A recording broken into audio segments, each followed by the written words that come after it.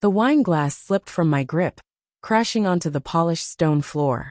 The room's chatter died instantly, every eye fixed on the glittering shards. My wife's sister stood rigid, her face twisted with rage, her finger jabbing toward me like a loaded pistol. "This is your last celebration, you crook," she snarled, her words cutting through the air like a blade. Before I could respond, a sharp crack rang out. My wife's hand struck my face, the sting searing not just my skin but something deeper, something vital. "Give back what you stole and leave," she hissed, her eyes blazing with poison, tears glistening but too proud to fall. I stood there silent, unmoving. No defense, no plea, not yet. Sometimes the viper waits, coiled and quiet, for the precise moment to strike. I had thought we built our life together, my wife and I.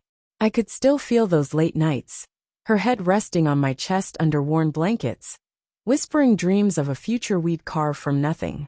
When my tech startup sold for millions, I believed I was carrying us both into the life we'd earned. Family, generosity, trust, love. All paid for with years of grit and faith. Or so I thought. Faith, it turns out, is a coin too easily forged. The cracks appeared slowly, almost imperceptibly. Furtive glances between my wife and her sister. Bank account glitches dismissed with a wave. Hushed conversations that stopped dead when I entered. Then $200,000 vanished from our shared accounts. A gut punch that left me reeling. Confrontation would have been reckless. I needed more than anger. I needed proof. I needed control.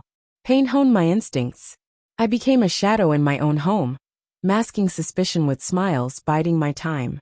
I quietly reactivated the security cameras in my study, the ones mistakenly turned off months earlier. I tracked every bank transaction, funneling data into a concealed account that mapped their every move. Within weeks, the truth unraveled.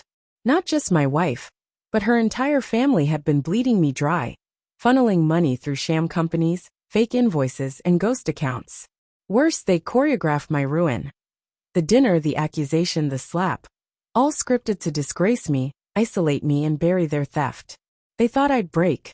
Instead, I smiled in the wreckage. The night before the dinner, I finalized my plan. I compiled the evidence, bank records, camera footage, damning texts, into a meticulous, unyielding file. I met with our family lawyer, who confirmed their betrayal left a trail. Forged signatures, doctored contracts, a litany of crimes ripe for prosecution. A single strike wouldn't suffice. I wanted them obliterated. At the dinner, still stinging from the staged humiliation, I lifted my gaze, slow and deliberate. The room buzzed with anticipation. Everyone braced for my collapse. I gave them nothing. I nodded to the butler, a man whose loyalty I'd earned years ago, by pulling him from financial ruin. "Play it," I said, my voice sharp as a blade. Hidden speakers hummed, and my wife's voice, her real voice, filled the space, mocking me, plotting every deception, every theft. Her sister's cruel laughter followed. Then their father's gruff assurance that no one would believe me over them. Faces paled. My wife stumbled back, her mouth working soundlessly. I stepped closer, relishing their unraveling. "I sent the evidence to every major newsroom an hour ago," I said, each word precise, cutting. "And the authorities?" My voice was a quiet, lethal promise. Sirens wailed faintly outside, growing louder. Chaos erupted.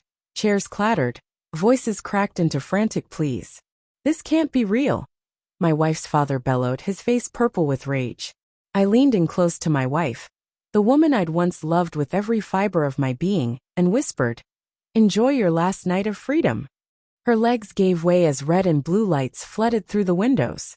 They were hauled away, charged with crimes that would chain them for years, if not decades. Their accounts were frozen, their assets seized, their reputations shredded in the public eye. I walked out of that house into the crisp night, never looking back. My hands were steady, my heart a quiet furnace. For the first time in years, I smiled, a sharp, dangerous smile. Betrayal had tried to destroy me. Instead, it shaped me into something unbreakable. When the predators think they've trapped you, smile, and show them you're the inferno.